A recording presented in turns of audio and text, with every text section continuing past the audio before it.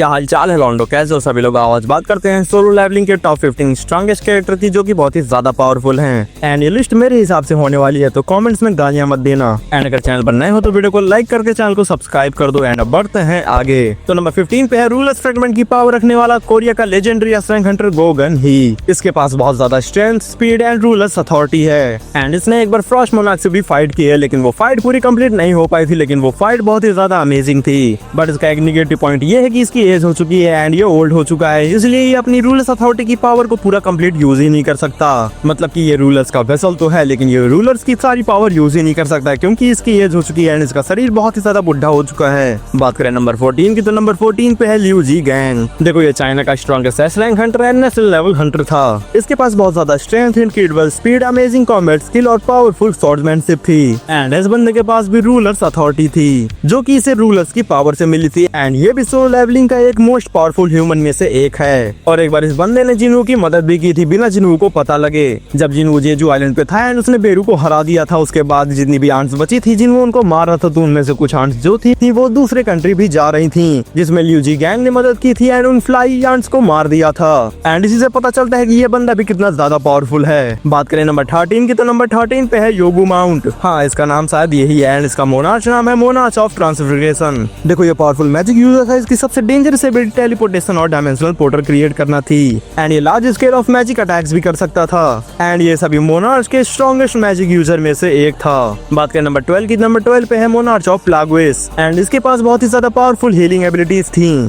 And इसके पास regeneration, powerful magic, पोशन based ability और transformation की पावर थी। ये एनिमीज को प्लागुए लाइक एबिलिटी से वीकन कर सकती थी। एंड स्ट्रॉन्गेस्ट फीमेल मोनार्च में से एक है। एंड अब बात करें नंबर 11 की, तो नंबर 11 पे है बैरन, मोनार्च ऑफ व्हाइट फ्लेम्स। देखो ये पावरफुल डीमन टाइप मोनार्च था। इसके पास बहुत ज्यादा strength, lighting attacks, incredible durability और पावरफुल फ्लेम्स थी। एंड ये अपने मैसिव ड्रैगन काइजल के साथ भी फाइट करता था। और इस बंदे की एबिलिटी बहुत ही ज्यादा ब्रोकन थी। ये स्ट्रॉन्गेस्ट मोनार्क में से एक है। अब हम बात करते हैं टॉप 10 कैरेक्टर्स की, जो कि सोलो लेवलिंग पे बहुत ही ज्यादा पावरफुल है। बात करें नंबर 10 की, तो नंबर 10 पे है राकान, मोनार्च ऑफ फैंग। देखो ये एक बीस्ट टाइप मोनार्क था। इसके पास बहुत ज्यादा strength, incredible speed, sharp clause और पावरफुल फिजिकल अटैक्स भी थे। एंड ये अपने बीस्ट फॉर्म में बहुत ही ज्यादा डेंजरस भी हो जाता था। और ये बंदा जितने भी बीस्ट थे उनका किंग था, इसलिए उनको कंट्रोल भी कर सकता था। बात करें नंबर 9 की, तो नंबर 9 पे है थॉमस आंड्रे, एक नेशनल लेवल हंटर। देखो थॉमस आंड्रे की पावर का अंदाजा तुम इसी तरीके से लगा लो कि ये बंदा एक बार जिन्वू से भी फाइट कर चुका है। एंड अगर मैं अपने हिसाब से बताऊं तो मुझे लगता है कि इस बंदे ने जिन्वू को अच्छी टक्कर तो दी थी। एंड ये अपने बीस्ट फॉर्म में और भी ज्यादा पावरफुल हो जाता है। ये अमेरिका का एक नेशनल लेवल हंटर भी था। इसके पास बहुत ज्यादा strength, incredible durability, high speed और पावरफुल कॉम्बैट स्किल थी। एंड इस बंदे के पास भी रूलर्स अथॉरिटी थी। एंड इस बंदे के पास टेलीकिनेसिस की पावर थी, जिससे ये किसी भी ऑब्जेक्ट को इधर उधर मूव करा सकता था। एंड ये बंदा भी सोलो लेवलिंग के स्ट्रॉन्गेस्ट ह्यूमन में से एक है। बात करें नंबर 8 की, तो नंबर 8 पे है मोनार्च ऑफ बिगिनिंग। देखो ये पावरफुल मोनार्च में से एक है। इसके पास बहुत ज्यादा स्ट्रेंथ, हाई ड्यूरेबिलिटी और पावरफुल मोनार्च एबिलिटी थी।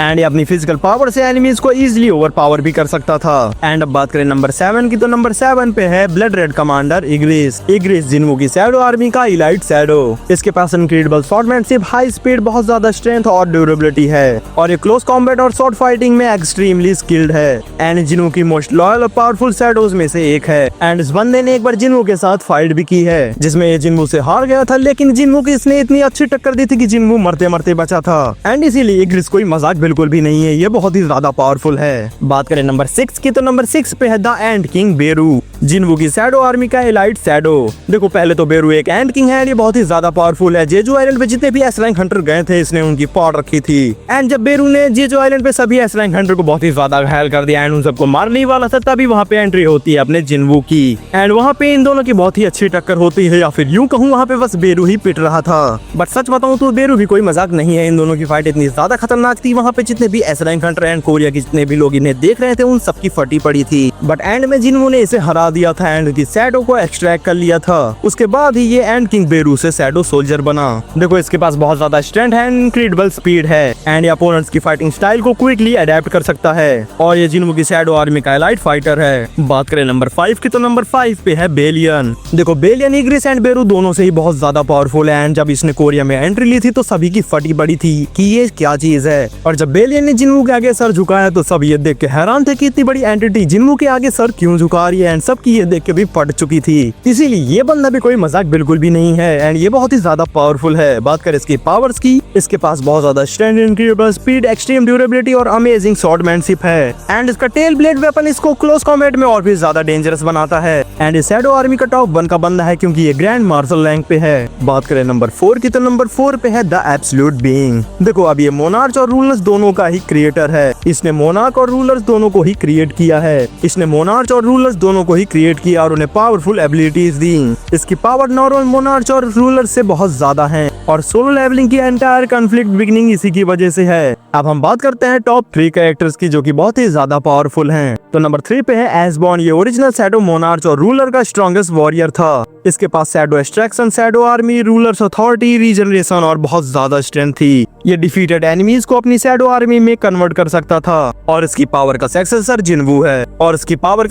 जिन्वू है जो कि तुम्हें पता ही है कि वो कितना ज्यादा पावरफुल है। बात करें नंबर 2 की तो नंबर 2 पे है Antares, the monarch of destruction. देखो ये मोनार्च ऑफ डिस्ट्रक्शन तो था ही, बट ये सबसे पावरफुल मोनार्च भी था। इसके पास बहुत ज्यादा स्ट्रेंथ, इनक्रेडिबल ड्यूरेबिलिटी, रीजनरेशन और ड्रैगन फियर जैसी एबिलिटीज थी।